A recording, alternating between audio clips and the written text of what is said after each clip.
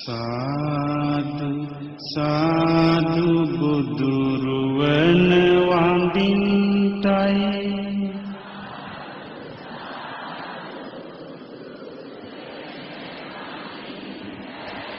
සාදු සාදු සදහම් නමදින්ටයි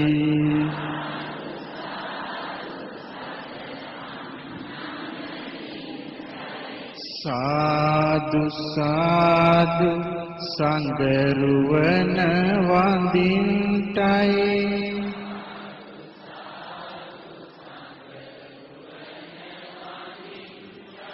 සාදු සාදු තෙරුවන් නමදින්ටයි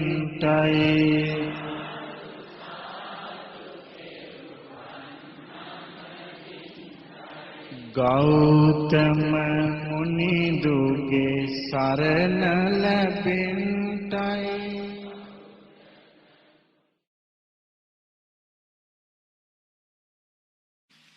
පින්වත්නි අද මේ පින්වතුන්ට මතක තබා ගන්නට දහම් කාරණාවක් කියලා දෙන්නම්. හැබැයි මේ අද කියන දහම් කාරණාව මැරෙනකල් මතක තියාගන්න ඕන කාරණාවක් ඕන නෙවෙයි මතක හිටිනවා.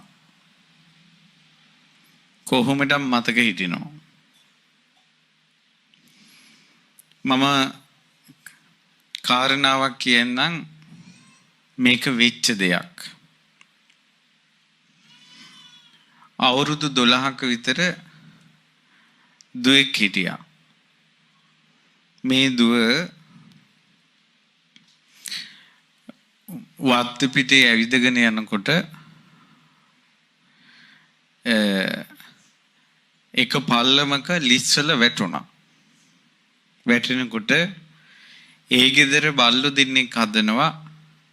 විශාල බල්ලු දෙන්නෙක් එක බල්ලෙක් කිලෝ 50ක් විතර බරයි.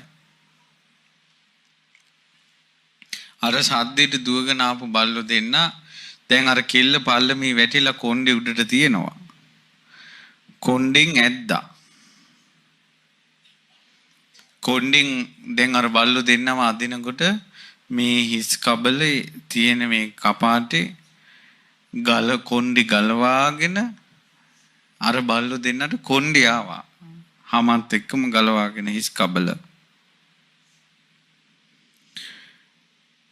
ලේ නැති නිකන් ලේ සුවඳින මස් කට්ට බල්ලා දවසේම ලෙව කනවා.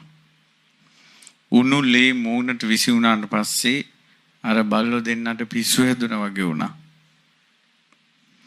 පිස්සුවෙන් පැනපු ඒ බල්ලෝ දෙන්න අර කෙල්ල හපාගෙන කාගෙන ගියා. මුළු ඇඟම කෑවා. මුළු ඇඟම කෑවා. අර කෙල්ලට සිහිය එනවා සිහිය නැති වෙනවා. සිහිය එනවා සිහිය නැති වෙනවා. විනාඩි 10ක් විතර කෑවා. ඊට පස්සේ කෙනෙක් මේ සද්දෙට මේ පැත්තට බලාගෙන ආවා.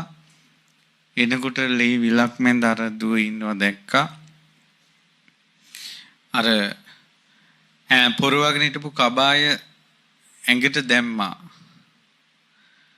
ඇයිද සිහිය නැති වුණා. දැක්කපු කෙනාට පියවි සිහියෙන්ද සතියක් ගියා. අරක දැක්ක කෙනාට පියවි සිහියෙන්ද සතියක් ගියා. ඊට පස්සේ දැන් කොහොම හරි අර කෙල්ල ඉස්පිරිතාලට ගෙනිච්චා. දවස් 44ක් සිහිය ආවේ නැහැ.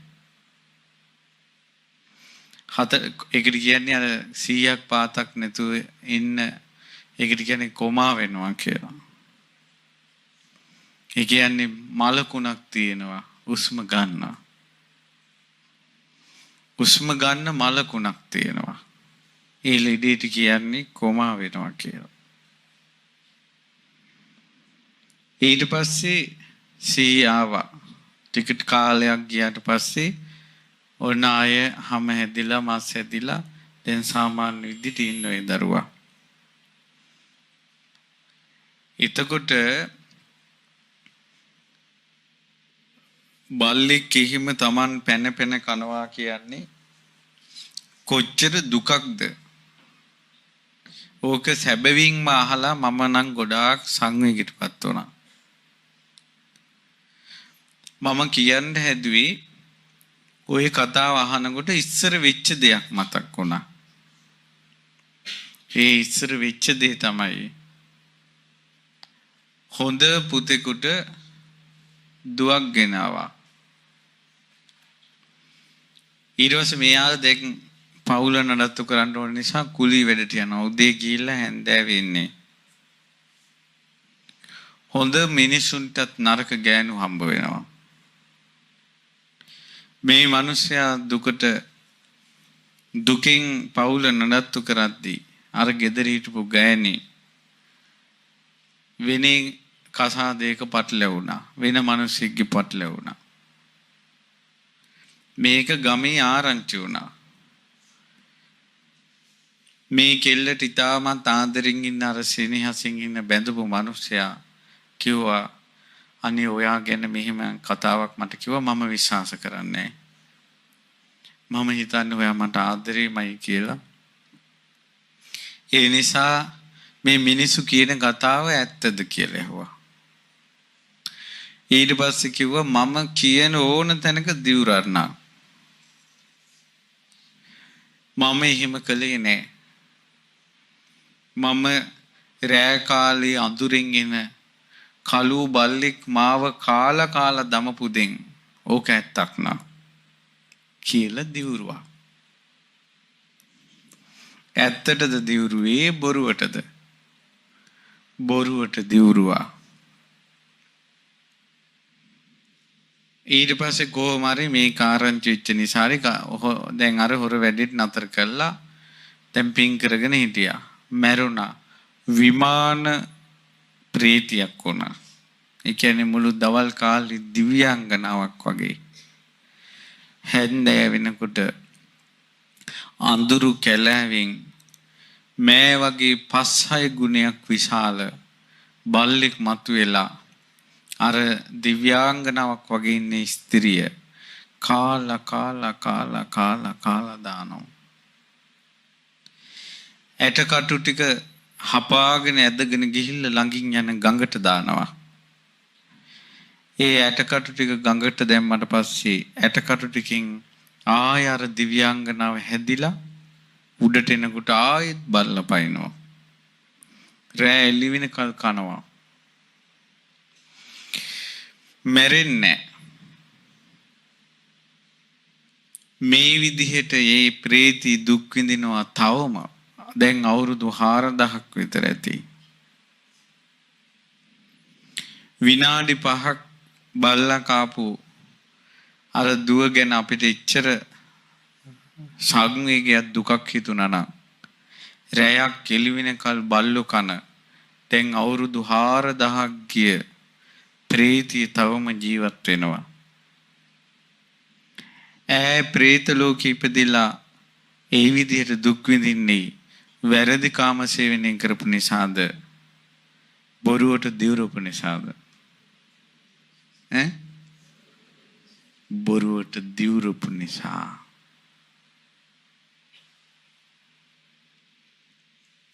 යම් පාපයක් කරනවට වැඩිය ඒ පාපේ සපත කරන එකේ විපාක වැඩි. බුද්ධ ශාසනය හික්මෙන අපි අතිනුත් වැරදි වෙනවා. අඩුපාඩු වෙනවා. එතකොට බුදුරජාන් වහන්සේ වදාලා ඒක තවත් කෙනෙකුට කියන්න. ගරුට්ටානීය සබ්‍රාහ්මචාරින් වහන්සේ නමක් ළඟ ඇත්ත හෙලි කරන්න කිව්වා. එතකොට ආයේ සීලෙට එනවා. ඇත්ත කියන එකකින්. එතකොට බොරු කීම තුලින් බොරුවට දිවිරීම තුලින් සමාජලවට හොරකමක් කළා දිවුරුවොත් එහෙම හොරකමින් රැස් වෙන පාපෙට වැඩිය දිවුරුපකින් රැස් වෙන පාපෙ වැඩි. මෙතන මම නම් හිතන්නේ ඉන්නත් පුළුවන්. දියුරපු නැති කෙනෙක් ඇත්තට හෝ බොරුවට මිනිසුන්ට දියුරනවා කියන එක පොඩි එකක්. උසාවියේ නඩු අහනකොටත් පොතට අත තියලා දියුරනවා. දියුරලා පච කියනවා. ඉස්සර සත්පුරුෂයන්ගේ ලෝකේ දියුරනවා කියන එක ඉච්ඡර බරපතල බව දන්න නිසායි නඩුවකට කලින් දියුරන්නේ. බොරු කියන්නේ කියලා. ඒ නිසා යම්කිසි කෙනෙක් දියුරලා තියෙනවා නම් බොරුවට කරපු පාපයට වැඩිය දියුරීමේ විපාකය එනවා. පුංචි වෙන්න පුළුවන්, ලොකු වෙන්න පුළුවන්. පොඩි කාලේ අපි දන්නේ නැති නිසා බුදුන් පල්ලා කියලා කියනවා. මිනිසු කියනවා අහගෙන ඉඳලා අග දන්නෙත් නැහැ, මුල දන්නෙත් නැහැ. කොහොක ඇහිච්ච අපේ අම්මලා ගිනි අඟුරු පෙනෙල්ල ගෙනල්ලා කටේ තිබ්බා. බුදුන් ගැන දියුරන්න එපා කියලා. අපේ සංසාරේ පිනකට අපේ දෙමව්පියෝ අපි එහෙම හැදුවා. බුද්ධ කාලේ හිටියා අජිත කේස කම්බලි, මක්කලේ ගෝසාල, පකුන්ද කංචායන, සංජය බෙල්ලන්ටි පුත්ත, නිගන්ධනාථ පුත්ත ආදි වශයෙන් ශාස්ත්‍රාස්ත්‍රවරු. ඔවුන් කවදාවත් බුදුරජාණන් වහන්සේ දැකලා නැහැ. ඔවුන් ඊටමත් ඈත සංසාරේ බුදුරජාණන් වහන්සේගේ නමට දියුරපු අය. බුදුන් පල්ලා කියලා බොරුවට දියුරන අයට බුදුරු දකින්න බෑ. සසර. ඒ නිසා තම තමන් කරන දේ තම තමන්ගේ විපාකයට එනවා. දියුරපු අයයි දියුරපු නැති අයයි සියලු දෙනා සමසේ එක විදිහට ඉඳගෙන ඉන්නවා. ඒතර කොහොමද වෙනස? ඒ තමයි මේ ගස්වල මල් ගෙඩි හටගත් නැති තාක්කල් ඒ ගස් සාමාන්‍ය විදිහට ওই කොළ පාටට තියෙනවා. වතුර වැටිලා කාලේ ආවට පස්සේ ඒ ගස් වලින් මල් එනවා. ඒ ගස් වල ගෙඩි හැදෙනවා. ඔය මල්, ඔය ගෙඩි, ඔය ගහේ කොතනද තිබ්බේ කියලා හොයාගන්න බෑ. කාලෙට එනවා. අපි කරපු කර්ම කොහෙද තියෙන්නේ කියලා තැනක් නැහැ. කාලෙට විපාක දෙනවා. අහෝ මේ සංසාරේ ඒ වගේ එකක්. දුක ඒ වගේ එකක්. විපාක විඳිනවා කියන එක ඒ වගේ එකක්. තවත් එක් කතාවක් කියන්න. හැබැයි මේ වගේ ගැලවිල්ලකුත් ඕන. දැන් දියුරෝපුවා ඉන්නවා නම් මෙතන ඒ අයට කොහොමද ගැලවිල්ලක්? ගැලවෙන පොටක් ඕනේ නම් බණ ඉවර වෙනකල් කන් යොමා ඇසිය යුතුයි. පෙරේද දවසක මාව මුණ ගැහින්න අම්මා තාත්තා පැමිණියා. එක්තරා පුංචි දුවෙකුත් සමග. ඒ චූටි දෝණි මේ අඩි 2ක් විතර උසයි, 2.5 ශරීරේ ගොඩාක් කළු පැහැයට හුරුයි. ඇය සිනහ වෙනකොට net දෙකත් දත් ටික සුදුවට පේනවා. ඒ අම්මා කිව්වා ස්වාමීනි මේ අපේ දෝණි කියලා දැන් මේ උඩුක්කු ඉන්න දරුවා බදා ගන්නවා. මේ දෝණි නිසා අවුරුදු 5ක් නිදාගත්තේ නැහැ කිව්වා. ඉපදුන පුංචි බබා රෝස පාටයි. ලස්සනයි. අත උස්සන්න පුළුවන් වෙනකොට අත උස්සලා මෙහෙම ඇඟේ ගෑව ගන්නවා. මාස 3ක් වෙනකොට මෙහෙම ඇඟේ අතපය ගාව ගන්නවා. අතට හයි එනකොට ඇඟ හූර ගන්නවා. ලේනව නතර වෙන්නේ නැහැ. ඒ නිසා අම්මා දොස්තර ළඟට ගෙනිච්චා. ළමයාට ලෙඩක් තියෙනවා. ඇඟ කසනවා. කෑ ගහනවා. එතකොට ශරීරයේ මොකද්ද වකුගඩුවක් හෝ අක්මාවක් හරි මොකක් හරි ප්‍රශ්නයක්. අවුරුදු 5ක් ඇඟ කහනවා. ඇඟ ටික කළු වෙලා ගියා. නිින්දක් නැහැ. ළමයාට මේ බිත්තිවල ඇඟ පිහදානවා. බීම පෙරලි ඉන්නවා. අම්මා ඇඟ සීතලෙන් තෙත් කරලා බබා මෙහෙම උඩ දදා ඉන්නවා. අවුරුදු 5ක්. කකුල් බබාගේ කකුල යටිපතුල වතුරේ තියාගෙන ඉන්නවා. බැරි වෙලාවත් මව් ඇස් දෙක පියාගත්තොත් වතුර භාජනේ මෙහෙම වුණොත් එimhe ආයෙ බබා කෑ ගහනවා. අම්මා නිදාගත්තේ නැහැ. දවසක් අම්මා සීනතු වැඩිලා අම්මා දැඩි සත්කාරයට දැම්මා. නිින්ද නැති නිසා. දරුවා තියලා අනිතයි කියනවා යන්න ගෙදර වෙන කෙනෙක් යවන්න. අම්මා ගියේ නැහැ. මං ඊ අම්මගෙන් ඇහුවා අම්මා දරුවෝ එපා වුනේ නැද්ද කියලා. ස්වාමිනී දරුවෝ එපා වුනේ මට ඕන වුණා දරුවාගේ ඉරණම වෙනස් කරන්න කියලා. අවසානයේ කිව්වත් හැත්කමක් තියෙනවා ඇඟින් කෑල්ලක් දාන්න ඕන. ඒක ඉන්දියාවේ කරන්නේ ලක්ෂ 80ක් යනවා. අතේ සතේ නැති අම්මා කිව්වා මම්මගේ දරුවා ඉන්දියාවේ ගෙනියනවා. මම්මගේ දරුවා ඉන්දියාවේ ගෙනියනවා. ලෙඩ්ඩුව සියලු දෙනාගේ අතරින් දෙන්නයි ඉදිරිපත් උනේ. අනිත් කාටවත් එකම වයසේ ළමයි පිටරට ගෙනියන්න බෑ.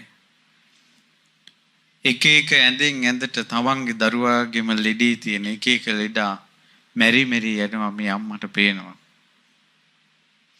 අපිට පේන මේ සුන්දර ලෝකෙ නෙවෙයි ස්පිරිතාල වල තියෙන්නේ. ළමා රෝහලකට ගිහිල්ලා බලන්න ඕන. පිළිකා රෝහලකට ගිහිල්ලා බලන්න ඕන. මිනිස්යාට වෙන දේවල්. ඊට පස්සේ සල්ලි නෑ. Facebook දැම්මා. සල්ලි ලැබුණා. කොහොම හරි හොයාගත්තා. ළමයාව ඉන්දියාවේ ගෙනියන්න පවුලේ ගියා. අතරමඟදී තවත් ළමයි මැරුණා ගෙනියන අය. එයාපෝට් එකේදීත් මැරුණා. දැන් මේ අසාර්ථක බව ඇස්පන අපිට පෙනිපෙනී යනවා. අම්මාට එකම අරමුණයි. මගේ දුවගේ ඉරණම මං වෙනස් කරනවා මව්සෙනියසෙන්.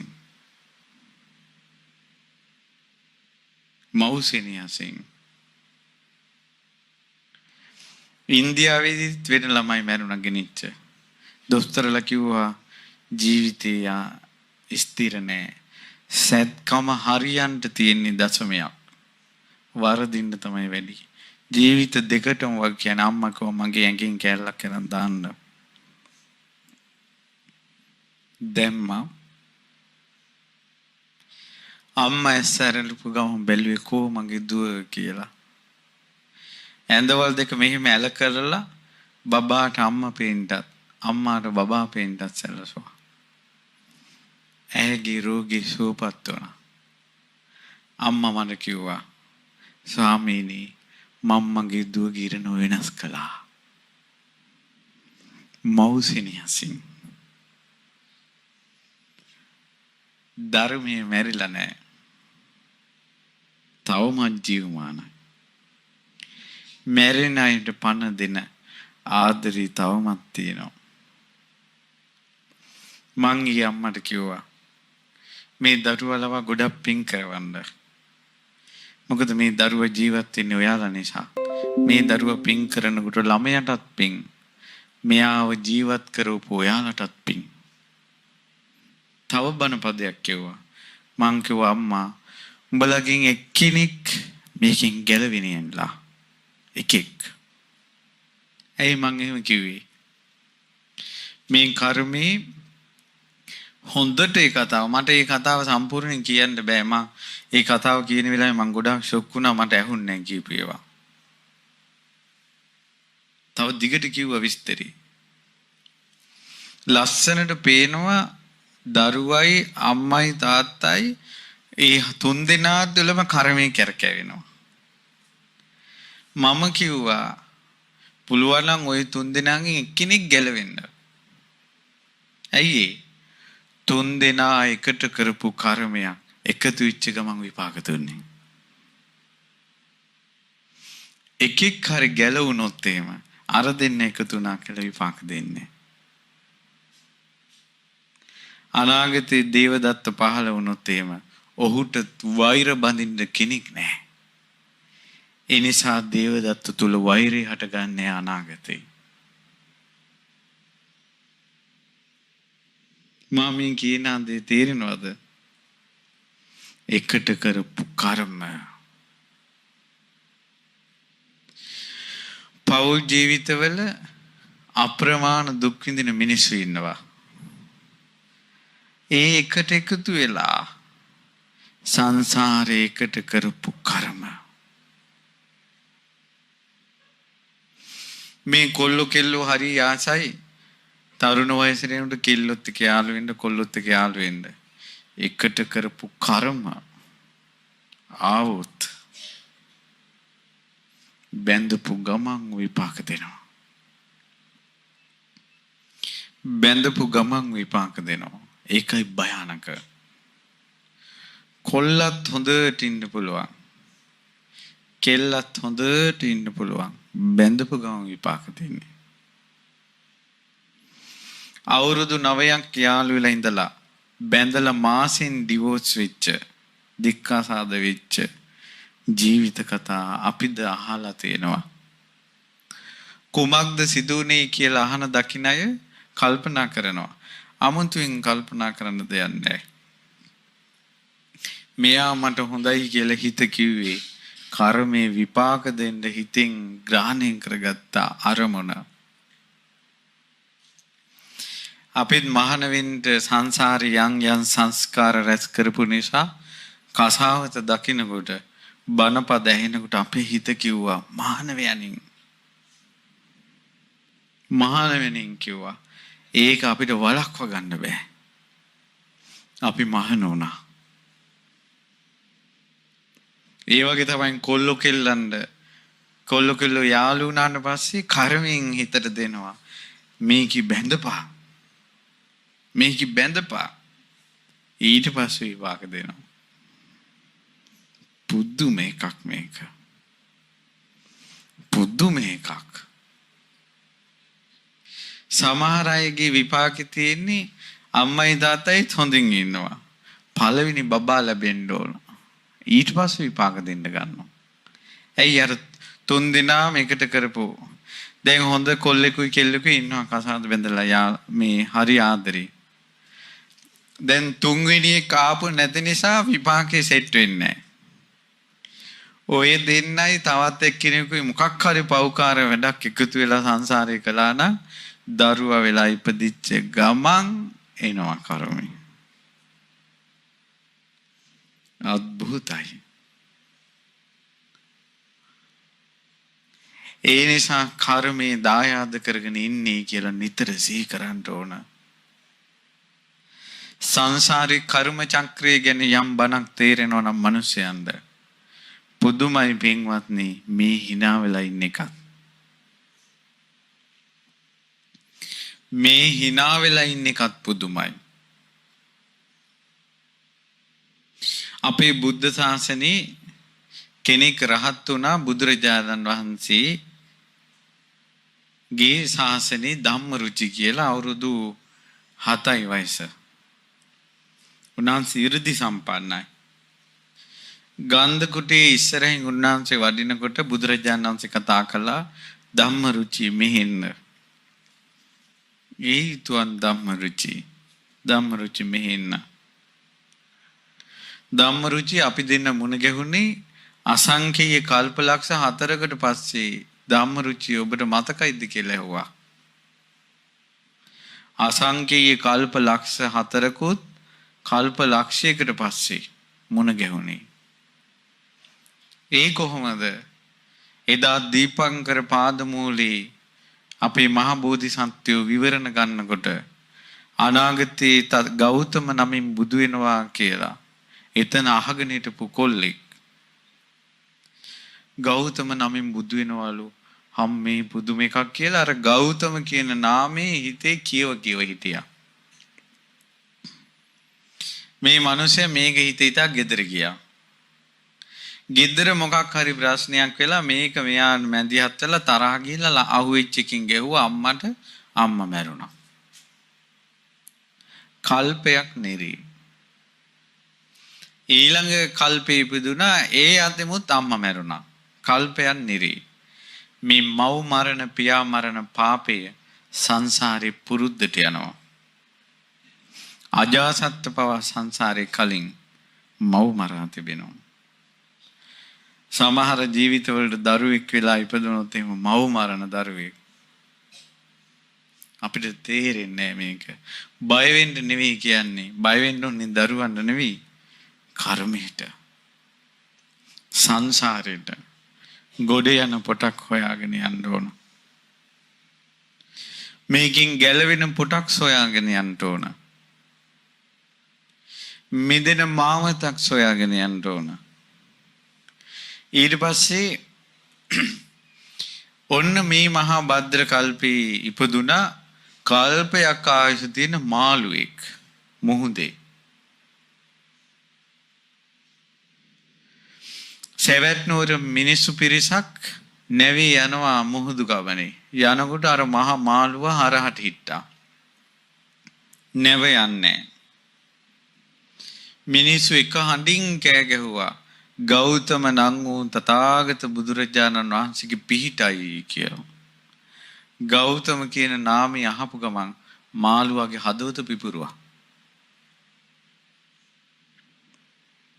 කලින් අහලා තිබ්බ නම. ඊට පස්සේ සෙවැත් නුවර ඉපදුනා. නම ධම්මරුචි. කසාවත දැක්ක ගමන් මහණ වුණා. අරහත්ත්වයටපත් වුණා. උන්වහන්සේ අරහත්ත්වයටපත් උනේ ගෞතම කියන නාමයට පැහැදුන නිසා කියනවා. ඕකේ අනිත් කතාව තමයි ගෞතම කියන නාමයට පැහැදුන කර්මය අසංකීය කල්පලක්ෂ 4කුත් කල්පලක්ෂයකට පස්සේ ආවා. අපිද අසංකීය කල්පලක්ෂ 4කට කලින් කරපු කර්ම දැන් විපාක දෙන්න පුළුවන්. කෙලවරක් නැති සංසාරේ අපි අතින් කෙරුණ කර්ම මවද බුද්ධාගමේ ඉද්දින් පියාද බුද්ධාගමේ ඉද්දින් සෑය බෝධිය වෙහිර පෙනෙන්න තියෙද්දී පන්සිල්ද කන් වලට ඇහෙද්දී මේ මිහිරි සිරිසත් ධර්මයට හිත පහදවගෙන තිසරණ සරණ යන තාක් අපි අතින්ද පාප කර්ම කෙරුණා. මේව ඇහෙද්දී පෙනෙද්දී මීට කලින් ජීවිතවල බුදුබණ පද ඇහෙන්නේ නැති යුගවල වල අපි අතින් කොයිතරම්නම් පව් කෙරිලා ඇතිද? ඒවා ඔක්කොම අපරාපරිය වේදනීය කර්ම විදිහට આવොත් කලින් ජීවිතේ කරපු කර්ම ටික මේ ජීවිතේට આવොත් ඒවාද පසක තැබේවා. මේ ජීවිතේ අපේ හිතෙන් රාගය මුල් කරගෙන තරහව මුල් කරගෙන වෛරය මුල් කරගෙන අම්මලා තාත්තලාට සැර දාලා ඊළඟට ගෙවල් වල තියෙනව හොරකම් කරලා තරහෙන් කතා කරලා නපුරු කමින් ඉඳලා මේ ජීවිතේදී රැස් කරගත්ත කර්ම ටික දිට්ඨ ධම්ම වේදිනේ වශයෙන් ආවොත් ඔය විදිහට බලනකොට පින්වත්නි මේ hina වෙලා ඉන්න එකත් පුදුමයි. පුදුමයි. මෙහෙමත් කර්මයක් අපි විඳිනවානේ කියලා අපි හිත හදාගන්න මන්තරන් දුක් විඳින කෙනෙක් නැතුව ඇති කියලා මිනිස්සු හිතනවා. නමුත් හිතන්න මෙහෙම ඉන්න එකත් පුදුමයි කියලා.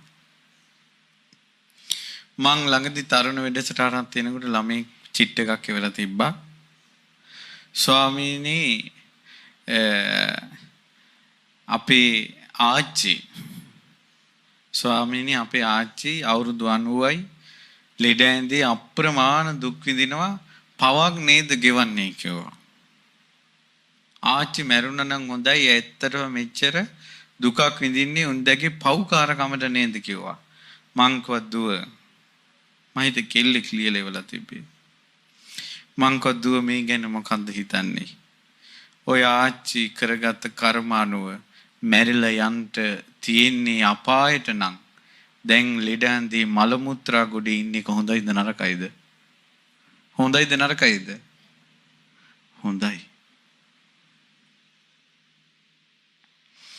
මැරිලා තිරිසන් ලෝකේ නම් යන්න ඉන්නේ මිනිස්සෙක් විදියට මේ ඇඳක් උඩ ඉන්න එක හොඳයි. මැරිලා പ്രേත ලෝකේ නම් යන්න ඉන්නේ අසූචි ගොඩේ ඉන්න එක හොඳයි. ඒ නිසා අනේ මෙහෙමත් කර්මයක් නොදකින් මෙහෙමත් මනුස්ස ජීවිතයක් කියලා මේ ලැබුණ මනුස්ස ජීවිතයට සාප කරගන්න එපා. මෙහෙමවත් ඉන්නවා පුදුමයි කියලා හිතන්න. කර්ම ගොඩක් විඳින ගමන් කලාතුරකින් මෙහෙම බණපදයක් හරි අහනවා. ඒක ශ්‍රේෂ්ඨ නැද්ද? දුක්ඛන්දරා විඳින ගමන් ඇස් වලින් කඳුළු වැටෙන ගමන් රුවන්වැලි මහා සෑය ඈතට හරි පෙන්ලා අත් දෙක එකතු කරලා සාදු කියන එක මන්දිද? බුදු කෙනෙක් වෙනුවෙන් මල් පහම් පුදද්දී සාදුකාර දෙන එක මේ කර්ම ගොඩේ විපාක විඳින අපිට මන්දිද? ඒකෙන්වත් සැනසෙන්න. දැන් මෙතන මේ තරුණ දුවක් හදිසි අනතුරකින් මැරිලා. ගානට කර්ම චක්‍රය එකතු වුණා. එක තාත්තා කෙනෙක් දුවගේ අවුරුදු 2 දාන දවසේ මැරිලා මේ. ගානට කර්ම චක්‍රය එකතු වුණා. එහෙමයි සිද්ධ වෙන්නේ. ඒ නිසා ඔබගේ ජීවිතේ විඳින කර්ම ගොඩ ගැන මොහොතක් හිතන්න. ඉවර නෑ කර්ම. ඉවර නෑ කියන්නේ උපමාවක් කියන්න. උපමාවක් නෙවෙයි. මේ ලෝකේ සිද්ධ වෙන දෙයක්. චූටි බබාලා ඇඳ උඩ ඉන්නකොට අතපය හොලවන්න බැරුව ඉන්නකොට කතා කරන්න වචනයක් දන්නේ නැති දරුවෝ ඇඳට වෙලා ඉන්නවා. ඒ දරුවෝ මල මුත්‍රා කරනවා. ඔවුන් ඒක දන්නේ නැහැ. ඊට පස්සේ ওই දරුවෝ මල මුත්‍රා කරගන්න නිසා අම්මලාට පොඩි නැපියක් ගෙනල්ලා බබාලාට අන්දනවා. චූ කරගන්නවට. ඒ ළමයා ටික ටික ලොකු වෙනවා. එයා තනියෙන් මල මුත්‍රා කරගන්නවා. එයා ලෙඩ ඇඳේ වැටිලා ඉන්නේ. ඔහු කතා කරන්න ගොඩාක් දේවල් දන්නවා. වචන දන්නවා. ඇවිදලා කියලා යනවා. යාන්තම් අර ඇඳින් දරුවා ගොඩ ගියා. නැපියක් ඇඳලා හිටපු ජීවිතෙන් ගොඩ ගියා. ඉවරයිද? සමහර ලෙඩක් තියෙනවා. එක්තරා ලෙඩක්. ඒ රෝගයට කියන නම මා දන්නේ නැහැ. අමතක වෙනවා. වයසට ගියාට පස්සේ නෙවෙයි එක ලෙඩක් තියෙනවා. ඒක හැදිච්ච ගමන් අමතක වෙනවා. එක වචනයක් දන්නේ නැතුව යනවා. ලෙඩක් එක. පුතා ඉස්සරහට ආවට පස්සේ මේ පුතා කියලා කියා ගන්න අමතකයි. අඳුර ගන්න අමතකයි. ආයෙත් අර පුංචි ළමයි කැඳට වැටෙනවා වගේ වෙනවා. ඔවුන්ට කවන්න ඕන බඩගිනි කියලා කියන්න දන්නේ නැහැ. පොවන්න ඕන පිපාසයි කියලා කියන්න දන්නේ නැහැ. හැංගීම් දැනින් කියන්න දන්නේ නැහැ. ඒ ලෙඩේ. ඔවුන්ද මල මුත්‍රා කරගන්නවා. මල මුත්‍රා පහ වුණ බව දන්නේ නැහැ. මේ වයසට ගිහිලා හැදෙන ලෙඩක්. ඔවුන්ටද දරුවෝ කරන්නේ මල මුත්‍රා පහ වෙන විදිය තේරෙන්නේ නැති නිසා නැපියක් අඳවනවා. ආයිතර පුංචි දරුවට කරන දේ කරනවා. අපිට එහෙම ලෙඩක් හැදුනොත් කට තියෙන පළියට අම්මලාට දොස් කියලා තාත්තලාට දොස් කියලා හන්දියක් ගානේ වල්පල් පච ගාලා කියලා කොල්ල කෙල්ල එකතු වුණාට පස්සේ රංචු පිටින් ඇදකුද කතා කර ඉඳලා සමයන් කතා කර ඉඳලා ඔවුන්ට හැදුනොත් ඒ වගේ රෝගයක් කර්ම චක්‍රයෙන් එක වචනයක් මතක තියෙන එක නැති කරලා දානවා. මේ ලැබිච්ච කටෙන් එන වචන වලින් බුදුගුණ කියන්න ඕන. ධර්මයේ කියන්න ඕන. මහරහතන් වහන්සේලාගේ නම් කියන්න ඕන. මව්ගේ හිත සැනසෙන වචනයක් මේ කටින් යන්න ඕන. පියාගේ හිත සැනසෙන වචනයක් මේ කටින් යන්න ඕන. තවක් කෙනෙක්ගේ දුක් දුරු කරන වචනයක් මේ කටින් යන්න ඕන. තමාගේ මිනිසයා කසාද බැඳපු මිනිසයාගේ හිත සැනසෙන වචනයක් කටින් යන්න ඕන. තමන් බාරගත් බිරිඳගේ හිත සැනසෙන වචනයක් කටින් යන්න ඕන. දරුවන්ගේ අනාගතේ ආලෝකමත් වෙන වචන දෙමව්පියන්ගේ කටින් යන්න ඕන. ඒව වෙලා නැත්තම් අර වාගේ ලෙඩක් හැදිච්ච ගමන් එක වචනයක් මතක හිටින්නේ නැති කර්මයක් විපාක දෙනවා.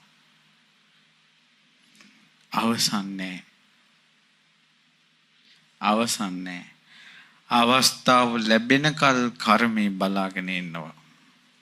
සූදානම් පිට ඉන්නවා. බලු රැලක් පිටිපස්සේ යන වැද්දෙක් ඈත දුවන මුවෙක් දැක්ක ගමන් බල්ලෝ ටික අතහැරලා මුවා පිටිපස්සේ දුවනවා.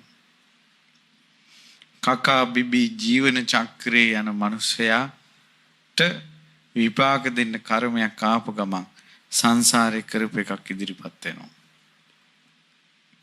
මේවා මේ විදිහට මේ තැන මේ විදිහටමයි වෙන්නේ කියලා ඒකාන්තෙන් දන්නේ බුදුරජාණන් වහන්සේ. සාමාන්‍ය මිනිසයාට හිතන්නවත් බෑ. ඒ නිසා සියල්ල දන්න සියල්ල දක්නා වූ බුදුරජාණන් වහන්සේ වදාලා කර්ම විශ්ය අචින්ත්‍යයි. ඒවා හිතලා ඉවර කරන්න බෑ. අපි උනත් බුදුරජාණන් වහන්සේ වදාළ කර්ම විභාගයේ පිළිබඳව තියෙන දහම් කරුණු ඇසුරින් පොඩි දෙයක් තේරුම් ගන්නවා. මේ පුංචි කොල්ලෝ කෙල්ලෝ ඉන්නවා අහිංසකව. උන්ගේ මූණු හරි අහිංසකයි. පිම්බරයි. ඒත් විපාක දෙන කාලෙ ඉන්න ඕන. අපි දන්නේ කොයි පැතිවලට විසි වේද කියලා. ඔබ අහලා ඇති මේ ලෝකේ දෙවි මිනිසුන් අතර පැතිරුණු නාමයක් තියෙනවා. අඟුලිමාල කියලා. ওই අඟුලිමාලගේ ඉස්සර නම අහිංසක. කොච්චර අහිංසකයිද කියනවනම් ගොඩාක් ආදරේ ගුරුවරයා එච්චර අහිංසක නිසා මෝනේ ඇස් ඇහැක කොනකවත් තරහ නැහැ. මේ මූණේ එක ස්නායුවකවත් තරහ නැහැ. ගුරුවරයා ළඟ අවුරුදු ගණනාවක් ඉගෙන ගත්තා. කවදාවත් තරහ ගිහිල්ලා නැහැ. කඩුව අල්ලන්න හරි අකමැති. කඩුව දකින්නට අහක බලා ගන්නවා. සියලු ශාස්ත්‍රයේ කෙලපැමිණියා. අකමැතිම දේ තමයි කඩුවෙන් ශිල්ප කරන්න. කැමැතිම නැහැ. කඩුව උස්සන්නවත් කැමති නැහැ. කඩුව පොඩ්ඩක් අතට ගත්ත ගමන් කලන්තේ වගේ. කඩුව උස්සා ගන්නට පණ නැහැ. අහිංසකට පණ නැහැ. අහිංසක ගැන කේලම් කියපු ගමන් ඒ ගුරුවරයා කල්පනා කළා මේක මරන්න ඕන. මරණ ක්‍රමය තමයි ඇඟිලි 1000ක් කපන්න ඕන. ගුරුවරයාට ඕන උනේ මිනිස්සු මරන්න නෙවෙයි. කවුරු මරන්නද?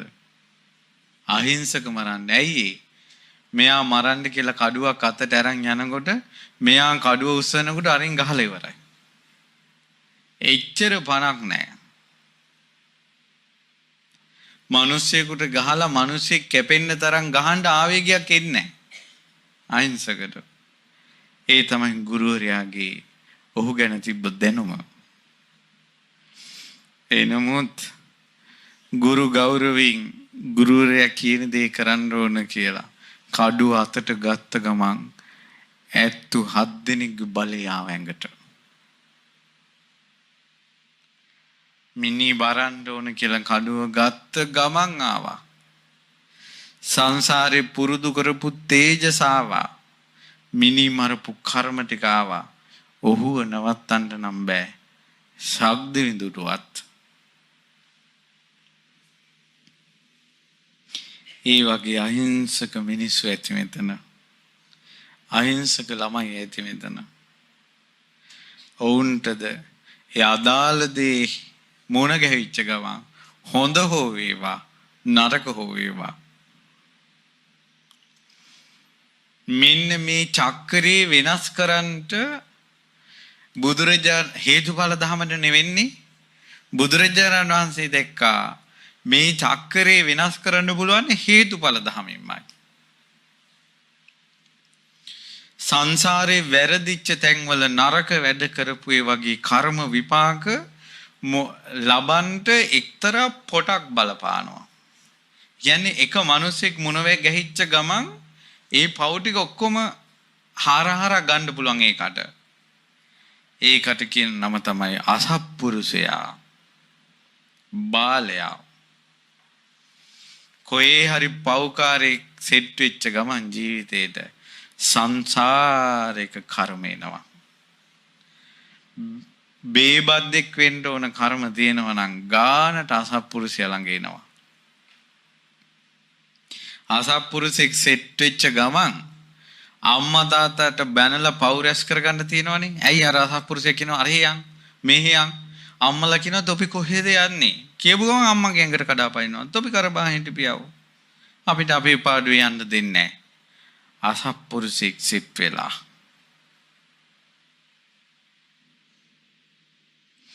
ඊට පස්සේ අසත්පුරුෂයා සෙට් වෙච්ච ගමන් බොනවා. අසත්පුරුෂයාත් එක්කම රුවන්වැලි සෑයට යනවා ෆෝන් එක අරගෙන ෆොටෝ ගහගෙන කච ගා වල් කතා ටික කියාගෙන ශාස්ත්‍රුන් වහන්සේගේ ශාස්ත්‍රු භූමිය සුද්ධ භූමිය කෙලිසීමේ පාපය උපදිනවා. අසත්පුරුෂයා නිසා. කියනවා අර ගෑණි දිහා බලාපන් මේ ගෑණි දිහා බලාපන්. එක එක ගෑනු ළඟ ළඟින් තියනවා. වැරදි කාමසේවනි සල්ලාල කමෙහි පාපය උපදිනවා. ඔහුම කියනවා මචං මේක බලාපන් කියලා මොන හරි කුණුහරුපයක් දෙනවා. ඒ ෆෝන් එකෙන් මේ කුණුහරුපේ බලනවා. මේ ලෝකේ හොඳට බලන්න යම් දවසක අපේ අතින් නරකක් වෙලා තියෙනවා නම් කවුරු හරි එකෙක් කියපු දෙයක් අහලා කවුරු හරි එකෙක් කරපු දෙයක් බලලා අපේ ජීවිතේ ගොඩාක් වැරදුනා බාලයා නිසා. ගොඩාක් පව්කම් උපදිනවා. ඊට පස්සේ විපාක උපදිනවා ඒවට. ඒ නිසා බුදුරජාණන් වහන්සේ වදාලා මේක මාරු කරන්න නම් අසේවනාච බාලාණං බාලයෝ නම් සේවනය කරන්න එපා කිව්වා. මෙන්න ගැලවෙන පොට. බොරුවට දිවුරුවා හෝ වේවා. පව්කම් කරලා තියෙනවා හෝ වේවා. නොයසේනම් සසරේ ගොඩක් කර්ම තියෙනවා හෝ වේවා. ඒ ඔක්කොම විපාක දෙන්න ගන්නේ බාලයත් එක්ක. ඒ නිසා බුදුරජාණන් වහන්සේ වදාලා අසේවනාච බාලාණං පණ්ඩිතානංච සේවනා.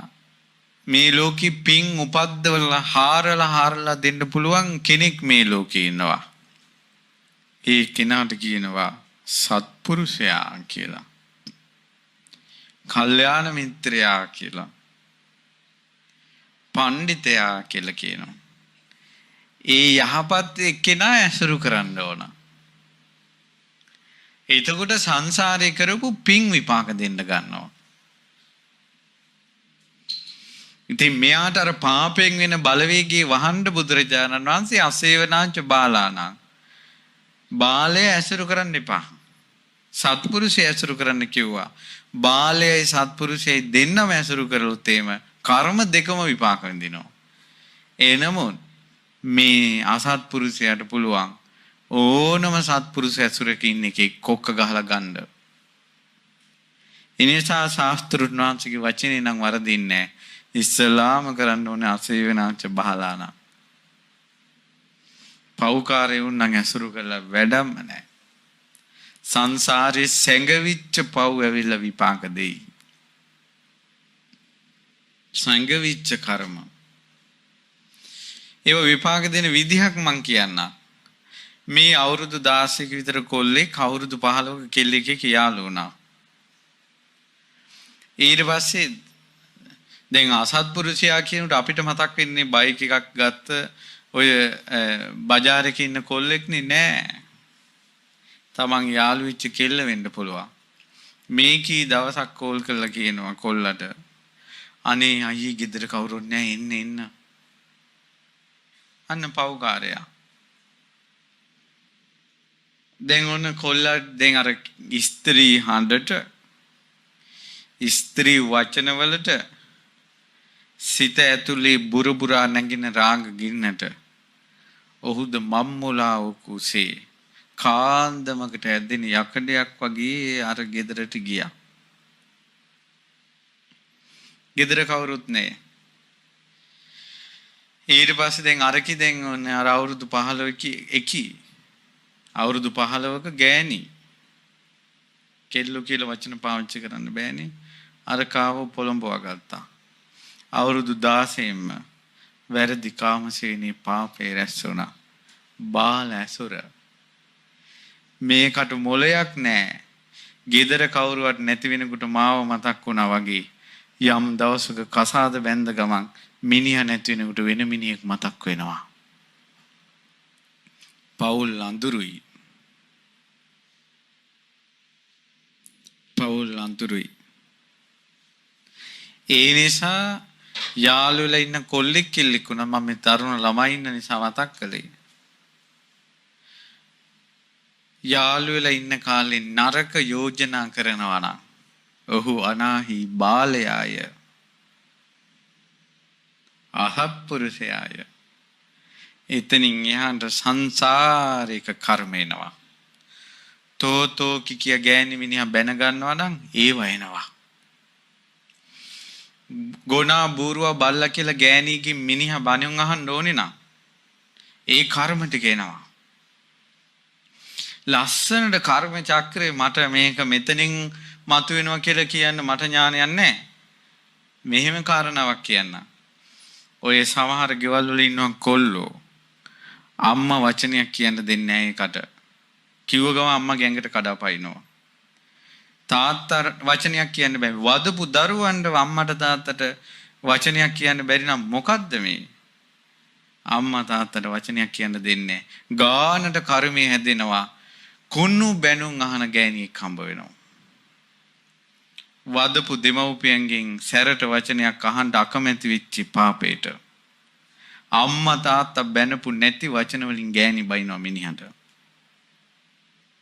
සොයා බලන්න ඔබගේ ගමේද ප්‍රදේශයේ දෙවැනි වූ ඇත්තෝ ඇත්තා අනිවාර්යයෙන්ම බැනුම් අහන මිනිසයා තමන්ගේ අම්මයි තාත්තට සැර කරපු අය.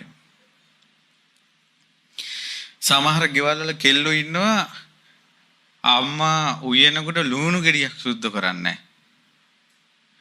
අතු ගන්නකොට කොස්ස අරන් අතු ගන්නෑ. 10 වද දෙන මිනිහෙක් හම්බ වෙනවා. කර්මය විසින් හදලා දෙනවා. වළක්වන්න බෑ. හේතුඵල ධම ලෝකෙට දේශනා කළ සත්‍ය ධර්මය දේශනා කරපු ශාස්ත්‍රඥ වහන්සේ රුවන්වැලි සෑය ළඟ වැඩ ඉන්නේ.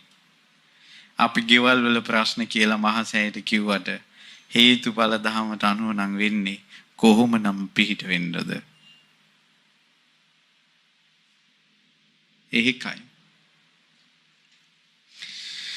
තමන්ගේ අම්මා කෑම උයලා දෙනවා එක දවසක් ළමයි කියලා නෑ අම්මේ අදන කෑම රසයි. ඒ සතුට දීලා නෑ අප්පා. 3 වේලම බත් අම්බනවා. ඔය ගලක් හැපුණොත් ලුණු වැටිලා නැත්තම් ඒව කියන්න ඕන තරම් කට්ටිය ඉන්නවා. අද ගල් අද නම් කෑම රසයි කියලා ඒ ආදර වචනේ දෙන්නේ නැහැ. තුන් වේලම බත් අම්බනවා තමන් බැඳපු කෙල්ල. එයාද ගල් කැටයක් හැපුණොත් කියනවා. ඊට පස්සේ ලුණු මදි වුණොත් ඒවා කියනවා. අද නම් ඔයාගේ කෑම රසයි කියලා. තමන්ගේ ගෑනිට කෑම රසයි කියන මිහිරි වචනේවත් දීලා නැති මිනිහලා ඉන්නවා. මෙහෙම සංසාර චක්‍රයක මේ ලෝක සත්‍යය යන්නේ. ඒ අතර තමයි අපිත් බණ කියන්නේ. ඒ අතර තමයි අපිත් බණ කියන්නේ. ඉතින් ගුණවත්කම් වලින් ඇතුළ පෝෂණය වෙලා නැත්තම් තථාගත ශ්‍රී සද්ධර්මයේ නැමැති සාර අසංඛ්‍ය කල්ප ලක්ෂයක් පෙරම් පුරලා අවබෝධ කරගත්ත ධර්මයේ නැමැති උත්තම දේ අර නීච හිත්වල කොහොමනම් තියන්නද?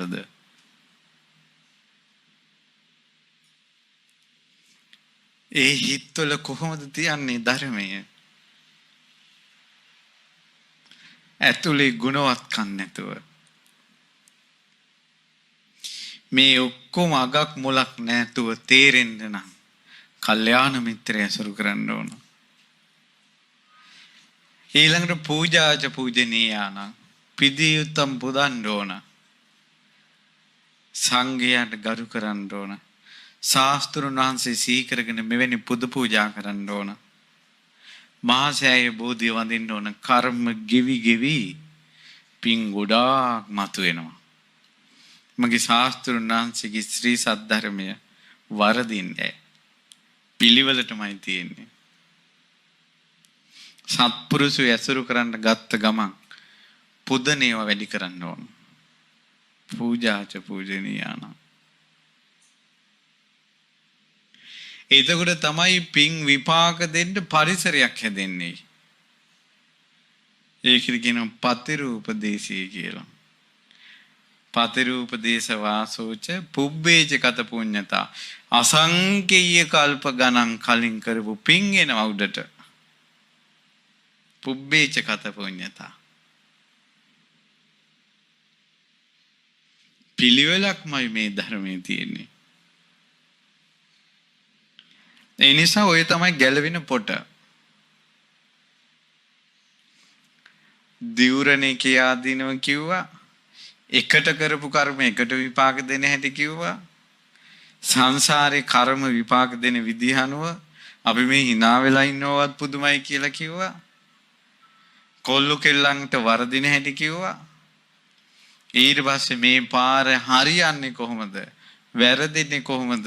මේ විපාක එන්නේ කොහොමද? විපාක යට යන්නේ කොහොමද කියලා කිව්වා. ඒ තමයි මහා මංගල සූත්‍රයේ තියෙන කරුණු ටික. කොහොමනම් මේ පොඩි වෙලාවක් ඇතුළත 38ක් වූ මංගල කරුණු විස්තර කරන්නද? ඒ මංගල කරුණු නම් ඒකාන්තයෙන් මේ සත්වයා කර්මෙන් ගලව ගන්නවා. ඒ නිසා පින්වත්නි ඔබටද කියන්න තියෙන්නේ පව්කාරයෝ නම් ඇසුරු කරන්න එපා. සත්පුරුෂයෝ ඇසුරු කරන්න. හිත නිවෙන බණක් අහන්න. ජීවිතේට යමක් එකතු කරගන්න පුළුවන් යමක් අහන්න. ඒවා කියලා දෙන අය ඇසුරු කරන්න. ඊට පස්සේ වඳින්න පුදන්න පුරුදු වෙන්න. ශාස්ත්‍රුන් වහන්සේට ශ්‍රී සද්ධර්මයට ගරු කරන්න. ආර්ය මහා සංඝ රත්නයට ගරු කරන්න. පුදන්න පුරුදු වෙන්න. ඇද හොයන්න පුරුදු වෙන්න එපා. මම දහම් පාසල් යන කාලේ ඔන්න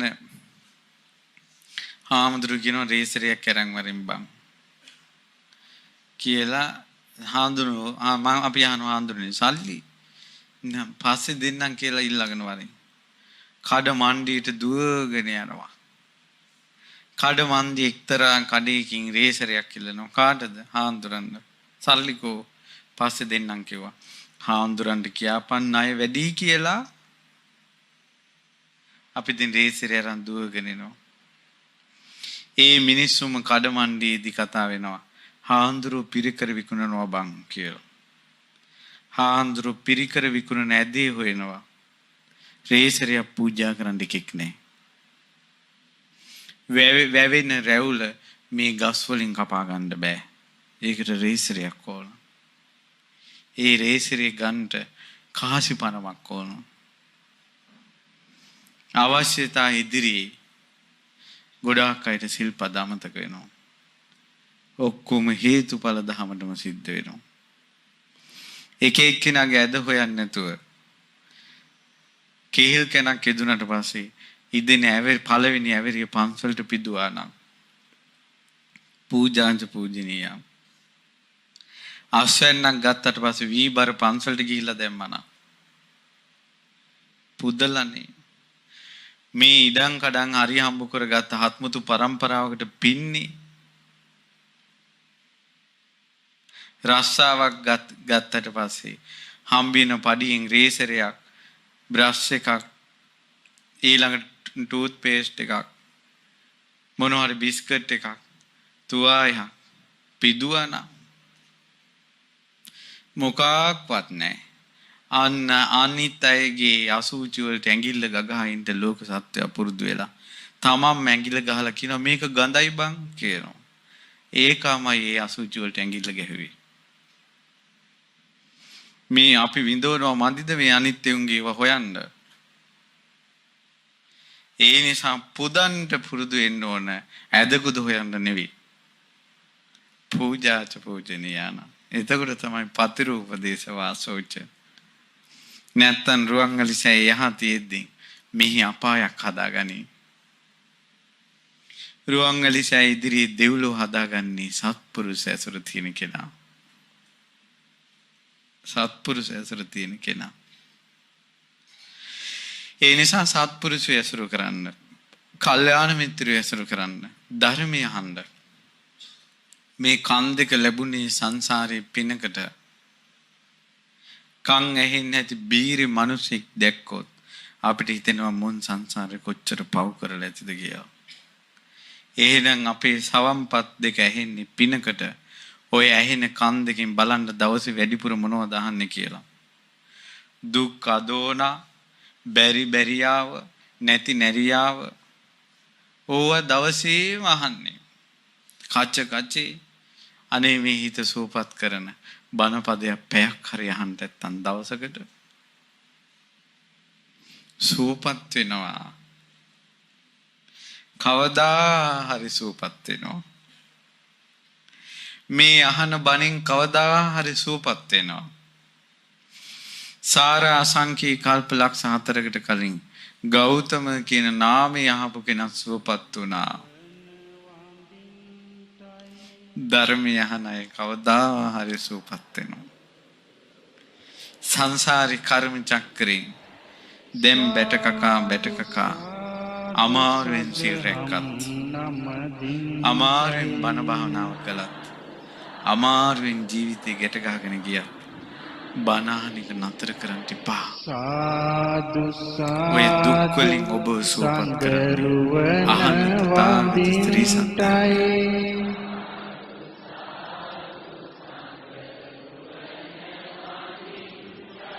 සාදු සාදු තෙරුවන් නමදින්ටයි.